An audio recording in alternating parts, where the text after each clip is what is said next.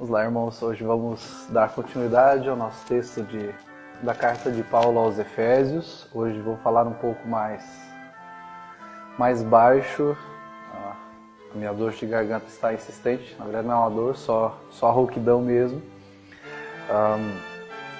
Estaremos expondo o texto de Efésios capítulo 5, versículos 3 ao 14 hoje.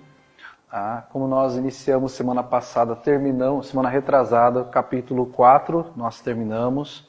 Pegamos os últimos versículos do capítulo 4 e fomos até o versículo 2 do capítulo 5, ok? E vimos então ali que o nosso padrão é Cristo, que é o nosso padrão de santidade não está baseado neste mundo, né? Está baseado nas pessoas, nos assassinos, estupradores, nos idólatras deste mundo, mas o nosso padrão está no Senhor. Ou seja, não há motivo algum de vanglória em mim ou em você, para nós dizermos, olha, eu estou num nível bom de santidade, porque tem alguém que faz pior do que eu. Não, porque o nosso padrão é Cristo. Então, a nossa humildade deve ser algo importante para a gente compreender que nós necessitamos, dia após dia, termos esta caminhada à santidade. Vamos ver hoje o capítulo 5, versículos 3 ao 14 de Efésios. O apóstolo Paulo vai falar aqui nesses versículos subsequentes, ele vai falar sobre questões morais, sobre imoralidade sexual, ele vai falar sobre impurezas, cobiças, sobre avareza, coisas inconvenientes. E é importante nós vermos qual era o cenário em que o apóstolo Paulo estava falando. É importante a gente compreender que naquela época o império que existia era o Império Romano. Se os irmãos forem ler um pouquinho de história daquela época sobre os imperadores, vão ver que a vida dos imperadores era extremamente promíscua. Por quê? Primeiro que eles eram considerados deuses e eles podiam fazer o que eles bem entendessem, existia o culto ao imperador e existiam orgias dentro dos palácios, orgias dentro dos santuários deles, lá onde eles adoravam os seus deuses. Eles tinham várias mulheres, eles se relacionavam com outros homens. Se vocês forem conhecer a história de alguns imperadores, o mais conhecido talvez deles, com relação à promiscuidade, seja Calígula. Você vai ver a história de Calígula, ela é tenebrosa. É uma história assim, sobre imoralidade sexual, você fica de cabelo em pé, de tudo aquilo que ele fazia, das coisas mais absurdas que o imperador fazia. Mas não era só ele era um dos mais conhecidos. Mas você vai ver outros imperadores ali que eram homossexuais, que tinham várias mulheres, que tinham amantes, que se você for assistir um filme da época do Império Romano, você vai ver os imperadores andando com um menininho junto com ele, assim, com um rapazinho meio adolescente, assim. Então era um companheiro dele ali. A promiscuidade era algo terrível, já começando pelas autoridades da nação e pelo império, né, pelo imperador romano. Os cultos aonde estava o Império Romano, na sua maioria eram cultos que envolviam orgias sexuais, onde a forma de eles adorarem aos deuses eram ter sacerdotisas lá dentro, e a forma de cultuar aos deuses era os homens irem até esses cultos e terem relações com essas sacerdotisas como forma de culto ao deus deles. Se vocês forem pegar também a história dos deuses greco-romanos, assim a gente pode dizer, porque os deuses gregos eram basicamente os mesmos deuses romanos, só mudavam o nome. Então você vai pegar a história mesmo dos deuses, da mitologia grega, você vai perceber que entre os deuses ali há traição entre eles, que um tenta matar o outro, que um engana o outro, mente para o outro. Então, esses cultos eles eram baseados num reflexo da história desses deuses gregos e romanos. Na época também existia o culto ao corpo, não é? quando nós estudamos a primeira carta de Paulo aos Coríntios, nós sabemos que os Jogos Olímpicos começaram na Grécia. Então, em Atenas existiam os Jogos Olímpicos e em Corinto existiam os jogos chamados Jogos Istmicos, que eram os jogos que eram concorrentes dos Jogos Olímpicos. E ali, aqueles homens estavam ali para homenagear os deuses e para mostrar que o seu corpo chegava muito próximo ou era perfeito. Então, eles tentavam demonstrar todo o seu desempenho e mostrar a sua perfeição, como eles chegavam muito próximos à perfeição. Então, existia esse culto ao corpo, principalmente da parte dos homens. Eu digo principalmente porque não era só, mas era basicamente dos homens. Obviamente que existia ali a deusas, chamada a deusa da beleza, ali, a deusa da sensualidade e tal, que influenciava nisso também, mas era mais, envolvia mais os homens aqui. O adultério era algo muito forte na época. Né? Existia muito, era muito comum, tanto que o apóstolo Paulo vai, em alguns momentos, alertar ao povo de Deus com relação à questão do adultério, que é algo errado, que é algo pecaminoso. Né? Deus não concorda com o adultério. A poligamia era algo também que existia na época. O homem, muitas vezes, ele tinha várias mulheres. Né? Ele casava com várias mulheres e ele vivia com várias mulheres. É algo que era contrário à lei de Deus. Né? Como nós já falamos, o homossexualismo também era algo muito forte, ao ponto de o próprio apóstolo Paulo falar lá em 1 Coríntios capítulo 6, ele vem falando ali de efeminados e sodomitas, que esses não vão herdar o reino dos céus. Como falamos agora há pouco, isso começava já pelo imperador, tinha muitos imperadores que eram homossexuais. Então esse era o pano de fundo que o apóstolo Paulo estava falando. É importante a gente compreender esse pano de fundo, porque senão a gente vai achar que ele está falando algo ao vento, né? Por que será que ele está falando? Ele está falando porque existia uma razão. E essas pessoas haviam se convertido, vindo de todas as práticas pagãs, saído dos templos pagãos e estavam vindo agora para a igreja do Senhor. Então ele começa a falar sobre essa questão da imoralidade, porque era necessário, eles saíram deste meio de imoralidade sexual. E aqui então o apóstolo Paulo começa a falar sobre essa questão de eles serem imitadores de Deus. Nós já pegamos na semana anterior, quando nós vemos o capítulo 5 de Efésios, o apóstolo Paulo falando no versículo 1, portanto sejam imitadores de Deus como filhos amados, e vivam em amor, como também Cristo nos amou e se entregou por nós como oferta e sacrifício de aroma agradável a Deus. Então ele fala aqui, vocês precisam imitar a Deus. Antes vocês imitavam os deuses, Apolo, Dionísio. Vocês imitavam, vocês davam cultos a Afrodite, a Ártemis ou Diana dos Efésios. Vocês olhavam para outros deuses ou histórias da mitologia grega. E ali vocês se espelhavam naquilo, mas agora vocês são imitadores de Deus. Vocês têm alguém que se espelhar agora em algo correto, naquilo que é a verdade. Antes vocês viviam uma mentira.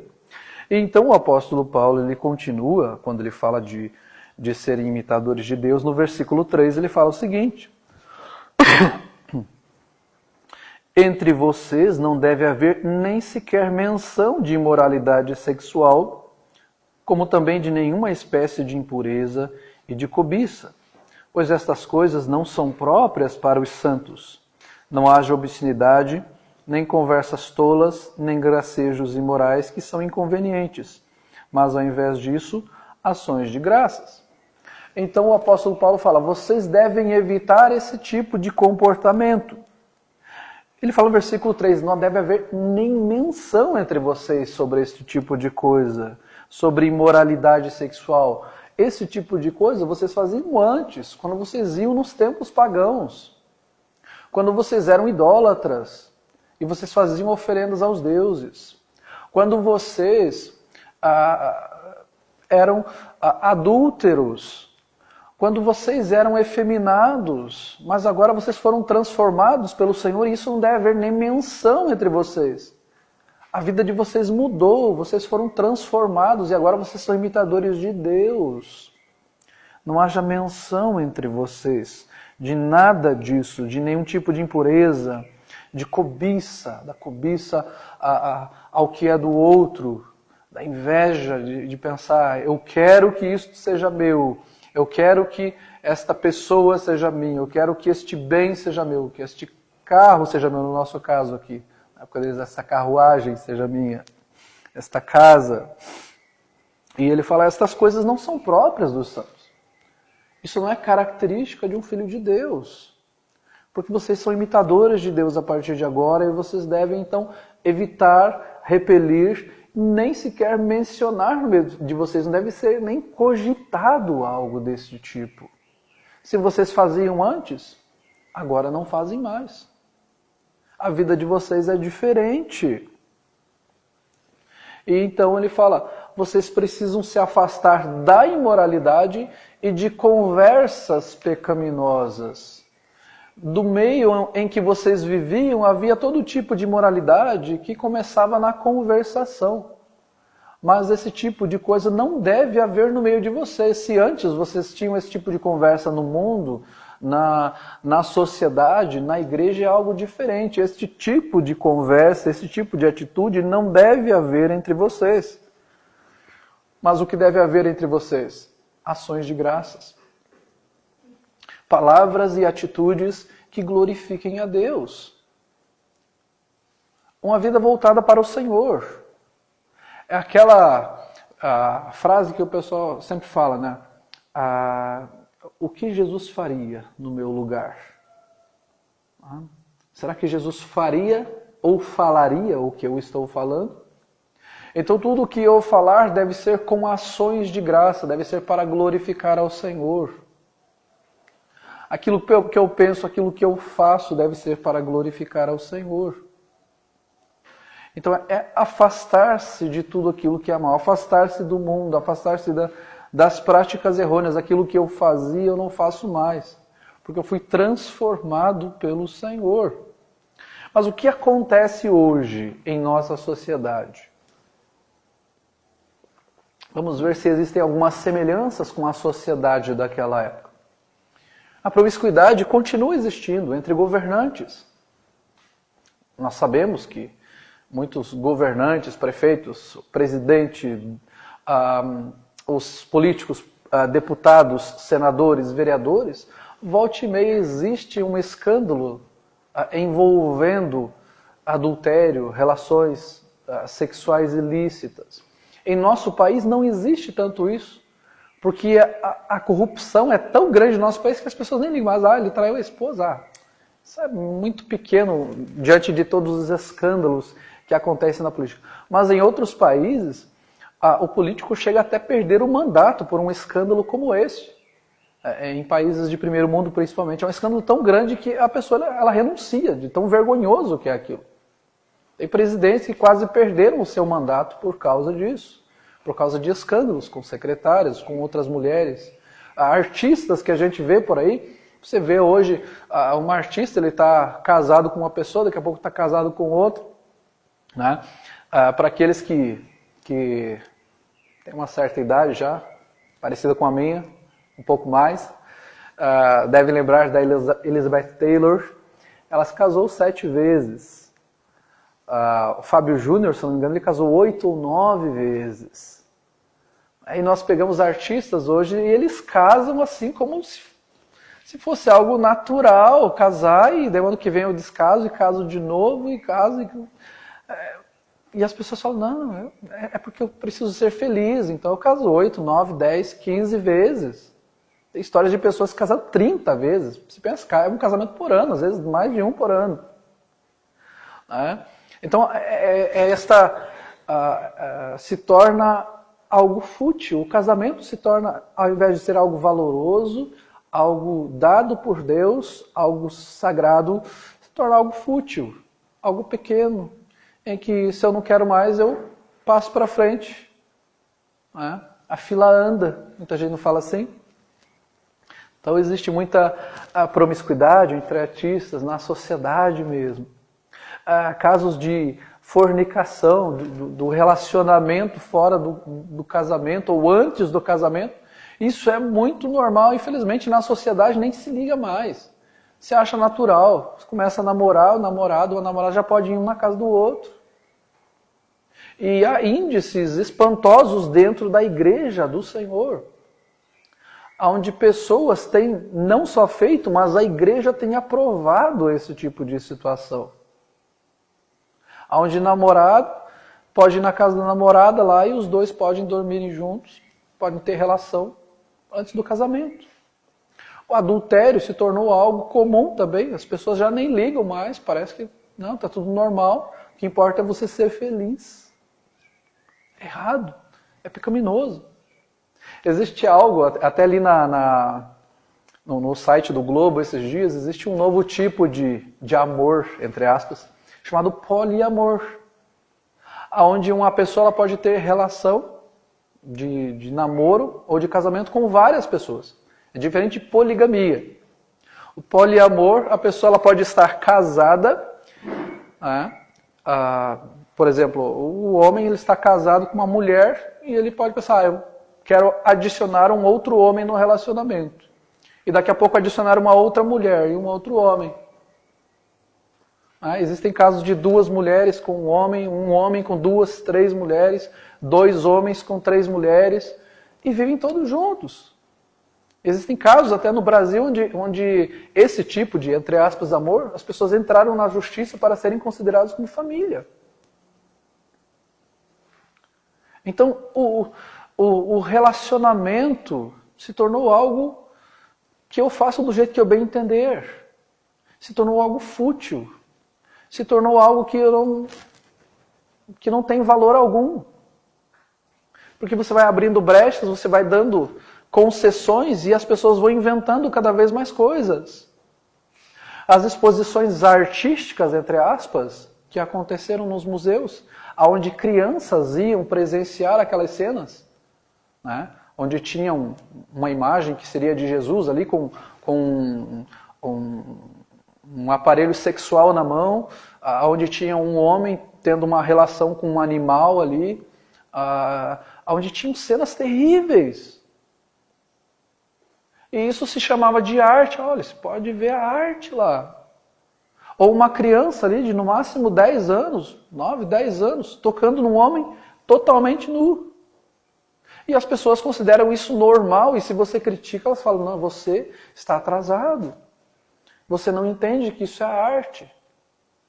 E que ela estava acompanhada da sua mãe. E aí você pensa, poxa vida, então se a minha filha estiver acompanhada da presença da mãe dela, ela pode entrar num cinema, assistir um filme pornográfico? Ela pode ver uma revista erótica? Mas aquilo é arte. Ué, é um homem pelado para mim. Só porque ele está dentro de um museu é arte? Só porque ele está dentro do museu ele pode pegar na mão da criança? Tem fotos dele com as crianças dando as mãos para ela totalmente nu. Nada, gente, não tem nada, absolutamente nada. Perceba o nível de promiscuidade em que nós estamos chegando. O conteúdo de desenhos e filmes, e aí eu peço que cada um dos irmãos tome cuidado com o que seu filho, filha, sobrinho, neto tem assistido. Com pessoas que você conhece.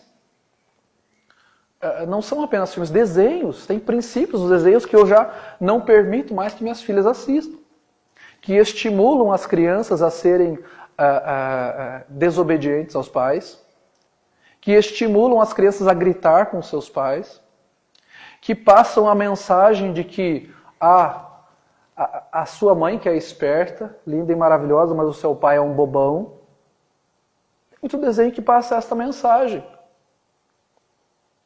Ou que já tem uma mensagem meio, não subliminar, mas já meio sutil sobre sexualidade. Uma coisa bem marotinha, assim. Cuidado com o tipo de filme que seu filho assiste. Porque até aqueles filmes mais bobinhos, às vezes ele tem algum tipo de cena. Portanto, eu aconselho a você, se deixar o seu filho assistir, que assista com ele, ou assista antes. Porque eu tenho ficado horrorizado com os conteúdos dos filmes. Mesmo aqueles que a gente fala, esse aqui é bobinho. Esse aqui está lá a classificação indicativa, 12 anos. Você vai ver se fica abismado com cenas que passam. Vocês já perceberam como o governo tem interferido bastante nas nossas vidas? Como ele não quer, com a lei da palmada, eu não posso disciplinar o meu filho pela lei, mas que eles podem doutrinar o meu filho na escola, minha filha na escola, com um pensamento onde eles podem dizer que a sua sexualidade, você é quem vai definir, não é o seu pai que vai te educar, que vai te instruir, mas você vai fazer o que você bem entender, que você pode ser o que você quiser. E é assim que eles querem fazer, eles querem doutrinar os nossos filhos, eles querem relativizar aquilo que a palavra de Deus mostra, que existe um homem e existe uma mulher. Não, você não nasce homem, você não nasce mulher. Você vai definir o que você é depois. Então eles jogam fora toda a genética, eles jogam fora toda a ciência, que eles deveriam passar na escola para crianças sobre ciências, sobre XX e XY. Aí eles falam, não, isso não tem nada a ver, X, XY, joga fora isso. O que vale é o que você vai sentir. É o que você quiser ser futuramente. É uma rebelião contra o Senhor. A doutrinação da mídia, gente. Se vocês não têm percebido, a mídia tem doutrinado pessoas e crianças desde já. Propagandas têm passado, propaganda da OMA apareceu esses dias, de que você não deve dar para o seu filho carrinho e para a sua filha boneca, né? Você deve fazer de outra forma, né? Que o seu filho possa brincar com outro brinquedo, sua filha com um carrinho e o seu filho com bonecas e tal. A propaganda da Avon mesmo esses dias falando né, que você tem que rever o tipo de elogio que você faz para as meninas, porque você não deve chamá-la de princesa, né, porque ela quer ser forte, ela quer ser independente. É algo que eles tentam incutir já nas meninas, algo feminista, algo de que ela é independente, que ela não precisa de um companheiro, de uma pessoa, de uma figura masculina próxima dela. Está se distorcendo tudo isso na sociedade. O mundo jaz no maligno e tenta distorcer tudo aquilo que Deus fez. Um homem e uma mulher para se complementarem. E o mundo está falando, vocês são rivais. E muito mais do que isso, você não é nem homem nem mulher. Você pode ser o que se bem entender. É assim que a sociedade tem feito, é assim que o mundo está agindo.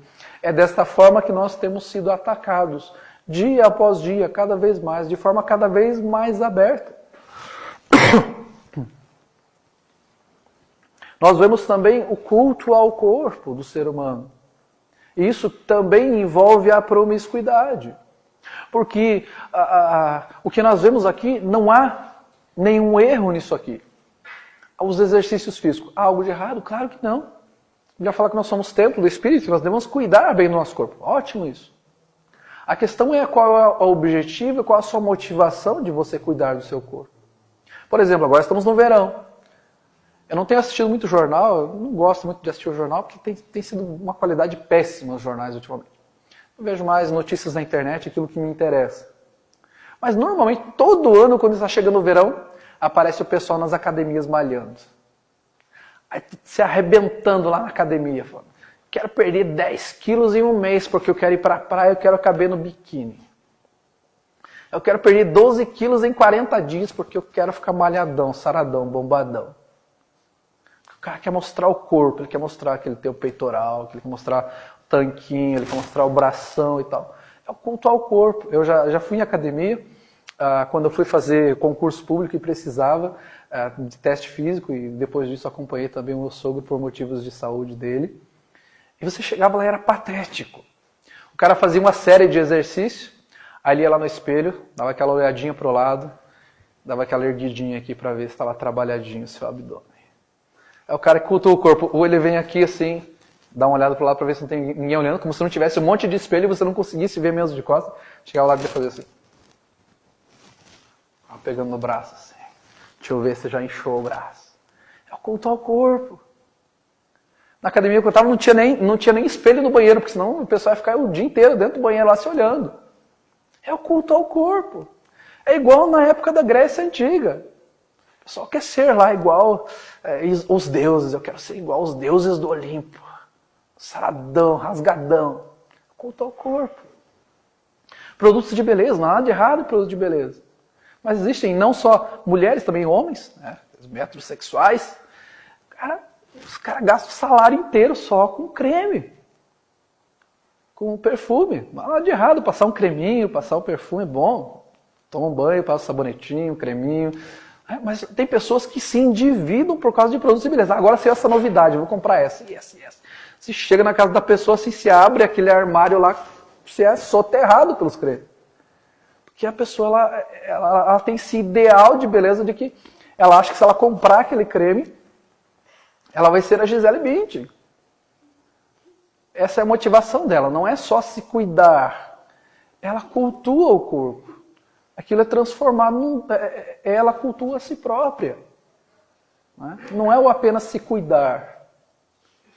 Ela transforma aquilo em algo de suma importância para a vida dela. E se ela vê uma ruguinha nela, ela fica deprimida. É terrível. Mulheres e homens aqui com roupas insinuantes. Chega o verão, gente, é terrível isso. Pessoas com roupas insinuantes, com decote, que a gente fala, o decote está no joelho da mulher. O comprimento dos vestidos, das saias. Você fala, poxa, e eu vejo isso inclusive em meninas, adolescentes, pré-adolescentes, às vezes, com aquele tipo de roupa, você fala, poxa vida, a pessoa está deturpando aquilo que Deus fez. Deus não fez a gente para isso. Para se insinuar, para querer mostrar algo. Não é só na praia, né? Mas aqui também. O tipo de roupa que se usa na praia ou não se usa, né? As pessoas acham que porque tem o mar lá, ela pode tirar toda a roupa. Pode ficar com o mínimo de roupa. É assim. Você não vai de calça e de jaqueta para a praia. Ok, mas também não precisa ir com aquela pecinha mínima. Tem que ter prudência. As cirurgias plásticas. O Brasil é o segundo país em cirurgias plásticas do mundo. Só perde para os Estados Unidos. E a maioria das cirurgias plásticas não tem a ver com reconstituição. Tem a ver apenas com a questão de beleza. Novamente aqui, gente, todas essas coisas aqui, obviamente tirando roupas insinuantes que não se deve usar em nenhum momento, a não ser na sua casa com o seu esposo ou com a sua esposa, são coisas que a motivação conta muito. A questão de cirurgia plástica, vou fazer tal homem ou a mulher, existe muito homem que faz também, vou tirar uns pés de galinha aqui e tal, vou tirar aquele bigodinho chinês que a gente fala e tal. E dá para fazer, mas qual é a sua motivação nisso? Porque eu tenho, no meu caso, eu sou quarentão, eu quero ficar parecido com quando eu tinha 20 anos. Que eu quero abafar com a meninada. Está errado. É pecado. Eu quero, a mulherada, eu quero fazer tal implante e tal, porque quero abalar com os homens, eu quero que eles olhem para mim. Está errado. Está errado. É pecado.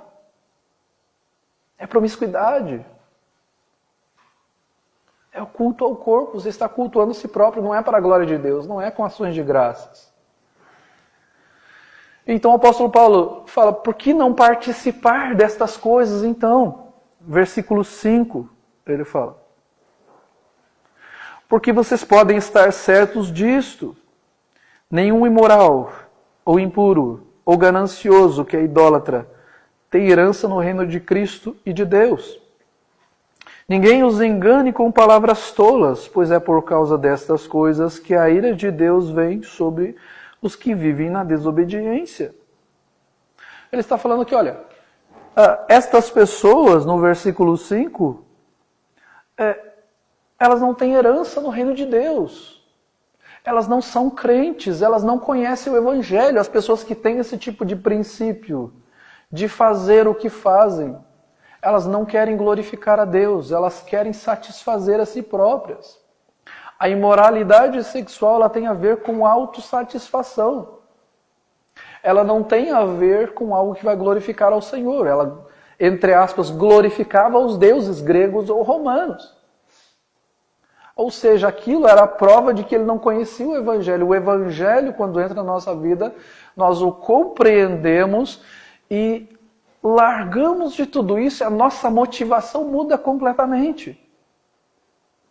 E por isso ele fala aqui, olha, vocês não façam mais isso, porque quem faz isso não tem parte no reino de Deus. É como se Deus falasse, olha, você não tem nada a ver comigo. Você que pratica esse tipo de coisa. Cristianismo não tem nada a ver com imoralidade sexual. São incompatíveis, não combinam. Então como que nós podemos ver em nossos dias igrejas que concordam com imoralidade sexual, com adultério, com homossexualismo, com fornicação dentro da igreja? Está errado.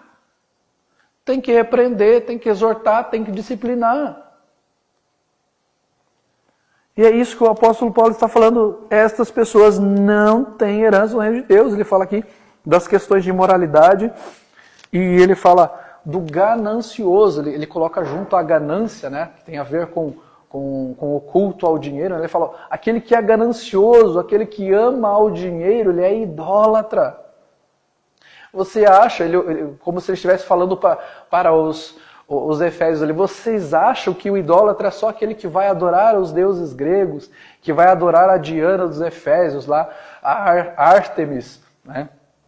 Era Ártemis para os gregos e Diana para os romanos, mas era a mesma deusa. Aquela que eles achavam que havia caído do céu, como tem um relato lá em Atos capítulo 19, que caiu aquela grande pedra e Ártemis caiu junto ali, e ali então foi construído aquele grande templo. Vocês acham que eles são idólatras? Se você ama o dinheiro, você é tão idólatra quanto eles. Se você não é bom mordomo daquilo que Deus te deu, dos recursos que Deus te deu, você é idólatra como aqueles lá. É assim que Jesus também fala que nós não podemos servir a dois senhores. Ou nós servimos a Deus ou servimos às riquezas. Jesus fala isso lá no Sermão do Monte. E aí nós vemos tanta gente na igreja que pode dizer, eu não sou adúltero, eu não prostituo, mas é ganancioso, é um idólatra. Está se prostituindo com o dinheiro. Está usando o dinheiro apenas para a sua autossatisfação e não usa o seu dinheiro para a glória de Deus. Para que o reino de Deus cresça. Para que o reino de Deus seja espalhado. O dinheiro é apenas meu. É para a minha satisfação, para o meu prazer. O apóstolo Paulo falando, você é tão impuro, tão idólatra, tão adúltero quanto aquele que é promíscuo. E essas pessoas não têm parte no reino de Deus. Então a ganância é idolatria. E não é só o rico que é ganancioso. O pobre também é ganancioso. Todo mundo. Né? Você pode encontrar ganancioso em todas as áreas. As pessoas dizem, não, ganancioso é o rico. Não, o pobre também é.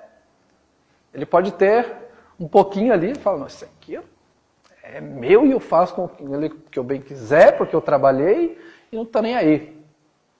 Ganância, de não pensar no próximo, de não amar a Deus e de usar os seus recursos para a glória de Deus. Versículo 6 ainda fala ali, né? Ninguém os engane com palavras tolas, pois é por causa destas coisas que a ira de Deus veio sobre os que vivem na desobediência. Ele está falando que estas pessoas que vivem desta forma estão debaixo da ira de Deus. Então é uma questão de relacionamento. Se o seu relacionamento está pautado numa vida de promiscuidade, e a promiscuidade aqui envolve também as suas finanças, ele está falando, você está debaixo da ira de Deus, porque isto não é a atitude de um verdadeiro cristão. E aí então não há em cima do muro, como eu sempre falo. Ou você serve a Deus, ou você não serve. Jesus fala isso. Quem comigo não ajunta, espalha. Quem não é por mim é contra mim. Quem não é filho da obediência é filho da desobediência. Aquele que não me ama está debaixo da minha ira. Simples assim. Não há meio termo. Então aqueles que vivem na desobediência estão debaixo da ira de Deus. É o que o texto nos fala. E é por isso que nós não devemos participar destas práticas. Algumas questões que ficam para as nossas vidas hoje. Não participe de práticas e conversas imorais. Versículos 7 e 8. Também versículos 11 e 12. Diz assim: portanto, não participem com eles destas coisas. Porque outrora vocês eram trevas, mas agora são luz no Senhor. Vivam como filhos da luz. E os versículos 11 e 12. Não participem das obras infrutíferas das trevas, antes exponham-nas à luz. Porque aquilo que eles fazem em oculto, até mencionar é vergonhoso. Então ele está falando do passado e do presente. Ele está falando, vocês eram trevas. Vocês viviam nas trevas, vocês viviam na imoralidade, vocês viviam na ganância, mas agora vocês são luz no Senhor. Não participem disso, não haja menção entre vocês destas coisas. Não continuem falando as mesmas coisas promíscuas que vocês falavam quando vocês não conheciam o Evangelho. Não vivam na promiscuidade como vocês viviam antes do Evangelho, porque antes vocês estavam nas trevas e agora vocês estão na luz. Não existe meio termo, perceba, gente? Ou trevas ou luz. Não existe meia luz, como existe no carro. Eu vou colocar meia luz aqui só. Ou é trevas ou luz. Ou você está com Cristo, ou você está contra Ele. Então, não participe de conversas ou de atitudes imorais. Afaste-se de pessoas que te levam para conversas imorais ou para atitudes imorais. Que falam alguma coisa, que mostram algum tipo de vídeo para você falar, vou te passar um vídeo aqui pelo WhatsApp para você ver que legal. Exclua essa pessoa, bloqueie essa pessoa se for necessário. Em Facebook, WhatsApp, a pessoa começa a mandar coisas imorais, palavrões ou vídeos indecentes. Exclua essa pessoa, não participe desse tipo de obra. Não macule a sua mente. Seu coração. É o que o apóstolo Paulo está falando aqui. Não participe disso, vocês eram trevas, mas agora vocês são luz. Exponham as obras das trevas à luz. Aqueles que vivem nas trevas, eles querem fazer tudo às escondidas, às ocultas, mas vocês vivem na luz. Vocês não devem fazer as coisas escondidas. Olhando, quem está olhando aqui, eu vou ver isso aqui. Hoje está muito mais fácil. Antigamente tinha só as revistas. O pessoal ia lá, escondia as revistas e tal. Hoje tem rede social, tem computador, você pode achar em todo lugar isso. Guarde o seu coração dessas coisas. Guarde o seu coração. Versículos 9 e 10 falam assim: pois o fruto da luz consiste em toda bondade, justiça e verdade. Aprendam a discernir o que é agradável ao Senhor. Tenha discernimento do que é agradável ao Senhor. Através das Escrituras, da Palavra de Deus. É assim que você vai discernir o que é agradável ao Senhor. Não é o que você está sentindo. O que a sociedade fala é: faça o que o seu coração está mandando. Faça o que te der prazer. É assim que o pessoal do poliamor, da poligamia, do homossexualismo, do adultério, da fornicação fala: não, eu só estou fazendo o que o meu coração está mandando. Eu não quero reprimir os meus sentimentos. Eu não quero reprimir aquilo que está dentro de mim. O Senhor fala: faça aquilo que é agradável a Deus, não a você. O cristianismo, o que é o cristianismo? É o fato de eu compreender que eu sou pecador, de que o meu coração é sujo e eu necessito da graça de Deus. E que a partir de agora já não sou eu quem vive, mas Cristo vive em mim. Ou seja, eu não vou viver para mim próprio, eu vou viver para Cristo. Eu vou seguir ao Senhor, não aquilo que eu quero. Ou seja, quando uma igreja fala: faça o que o seu coração está mandando, ela está falando: você vai seguir a Satanás. Esses dias ainda um pastor postou no Facebook algo do tipo: faça o que o seu coração está mandando. Assinado, Satanás. É assim mesmo. Porque a Bíblia fala, Jeremias 17:9 fala: enganoso é o coração e desesperadamente corrupto. Como é que você vai seguir o seu coração se a Bíblia fala, olha, se você seguir o seu coração vai te enganar, porque ele é corrupto. Fala, desesperadamente corrupto. É isso que a Bíblia fala. Esse mesmo capítulo vai falar que maldito o homem que confia no homem. E não é só eu confiar no outro, é eu confiar em mim próprio, é eu ter autoconfiança, não eu me garanto. Não, é eu confiar em Deus, não no meu coração, não na minha capacidade. Eu não consigo nada sozinho. Tenha discernimento daquilo que é agradável a Deus. Não faça aquilo que é prazeroso para você. Se for algo bom e com a aprovação de Deus, é muito melhor. Viva dentro da vontade do Senhor, da fidelidade ao Senhor. Evite filmes, exposições, teatros, o que quer que seja, que envolva promiscuidade ou que te faça tropeçar em áreas da sua vida. Evite, não assiste. Ah, mas é legal e tal. Se tem alguma questão de promiscuidade, evite. Não assista mais.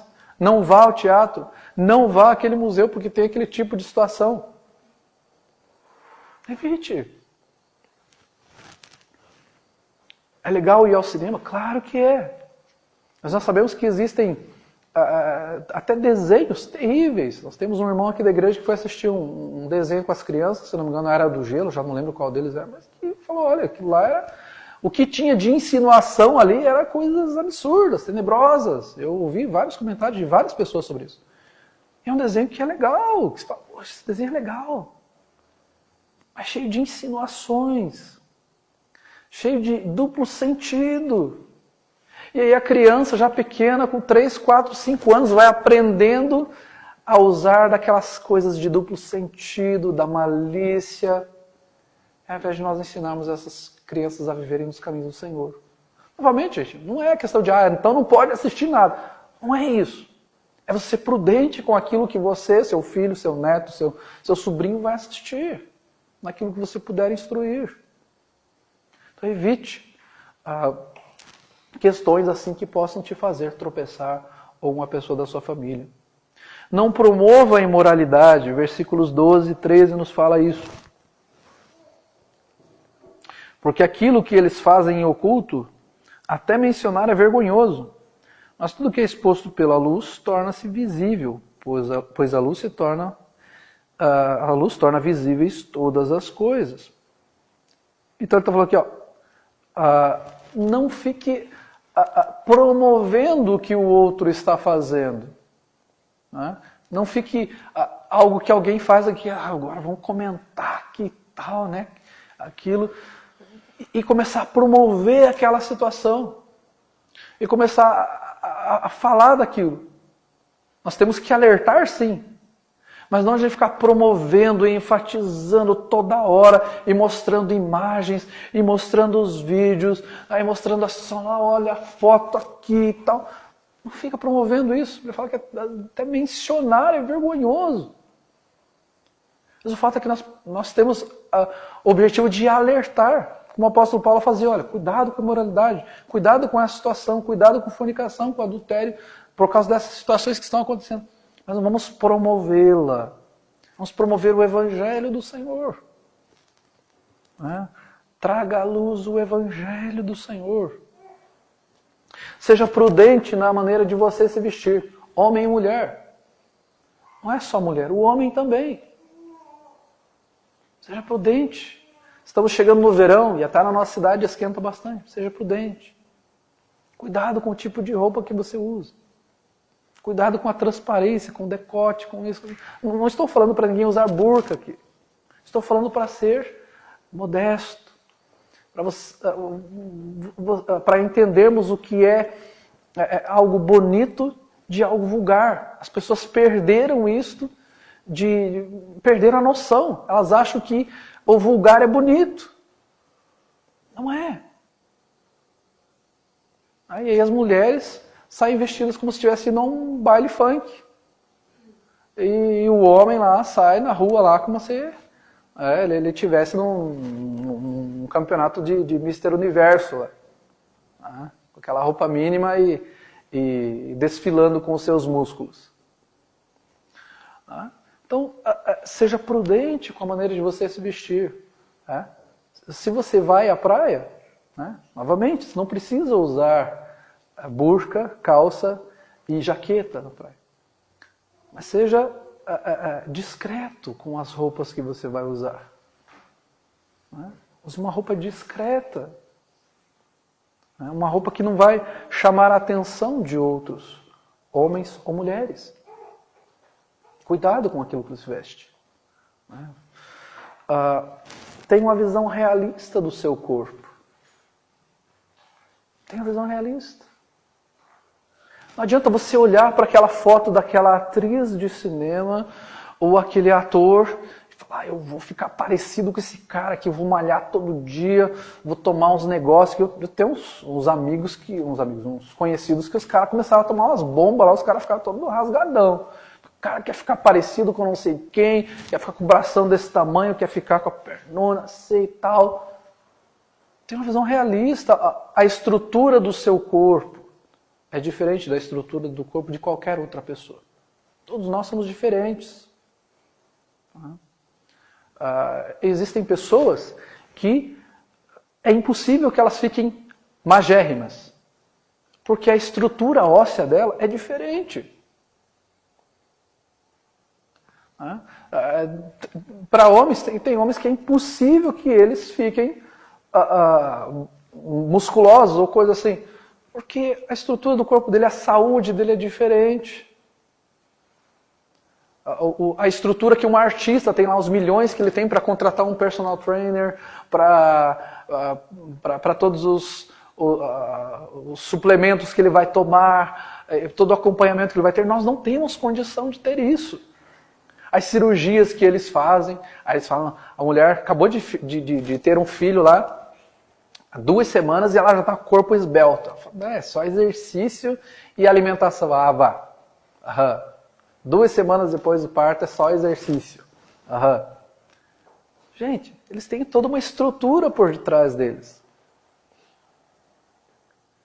E aí a gente acha que vou ficar igual o cara, tem uma visão realista de quem você é. E que você vive para a glória de Deus e não para ser parecido com um artista. Você é seguidor de Cristo. Você não é seguidor do ator, da atriz, do cantor, da cantora. Você é seguidor de Cristo. Não estou falando aqui para você andar assim, maltrapilho, não tomar banho, não passar um perfume, não se cuidar, não passar um... Não, gente. Estou falando para você, para o seu foco ser Cristo e não um ator, um cantor. Qualquer artista que seja. O seu foco está em Cristo. Se você começar a olhar para o seu corpo mais do que para Cristo, você está muito próximo de se tornar uma pessoa imoral. Você já não se tornou. Porque a sua motivação está no seu corpo e não no Senhor. Não que você é um templo do Espírito Santo. Se você ainda vive na imoralidade, versículo 14, olha o que ele diz aqui.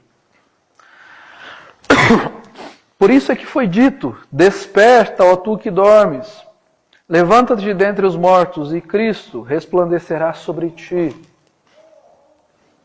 Ele usa 3 ilustrações aqui.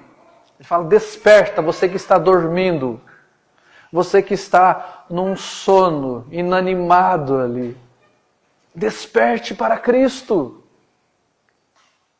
Desperte, você está dormindo, você não está sem discernimento, você está fazendo algo que não deveria fazer. Desperte, viva.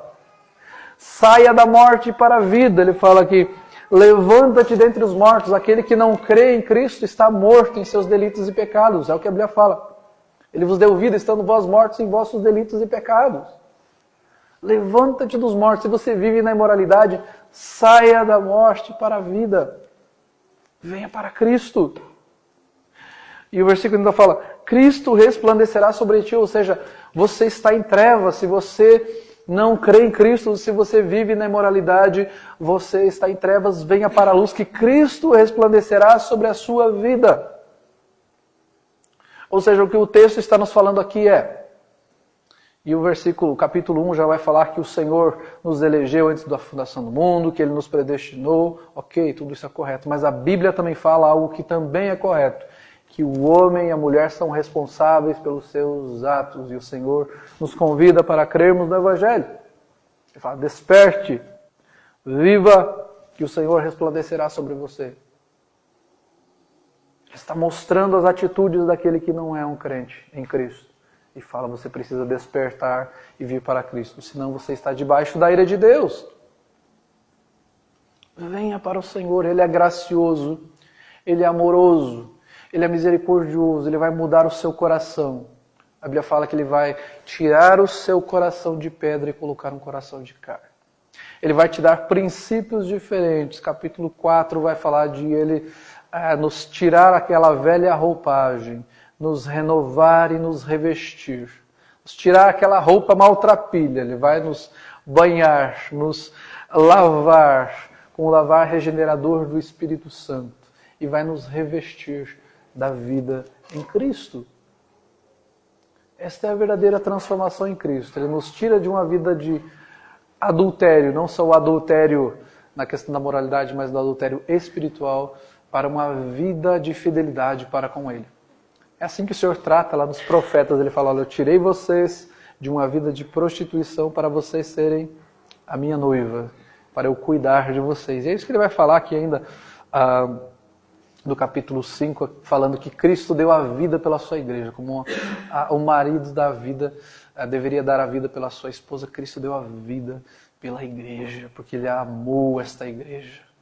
Nós deveremos viver então a vida de fidelidade ao Senhor.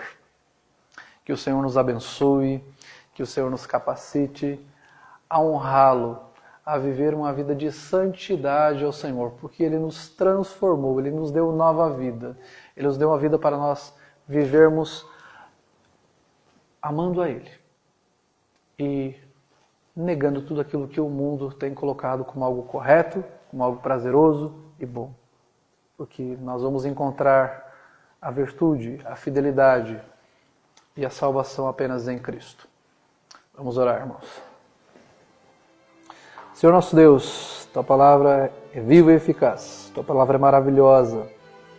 Nós temos o privilégio de estudá-la, de sermos desafiados por ela, meu Deus. E em meio a este mundo, em todas as tentações, as provações que passamos, ó Pai, as ofertas que o mundo traz, ó Deus, para que negligenciemos ao Senhor e vivamos em trevas. Mas o Senhor nos chamou para a luz, para vivermos uma vida de transformação. Muito obrigado por isso, ó Pai. Nós possamos anunciar a Tua palavra e mostrar a necessidade de pessoas serem transformadas. Meu Pai, eu rogo por pessoas que estão dentro de igrejas, mas vivem uma vida de imoralidade e que não têm vivido o verdadeiro Evangelho. Que sejam transformadas, que sejam renovadas pelo Senhor. Fica conosco, Pai, nesta nova semana que está acontecendo.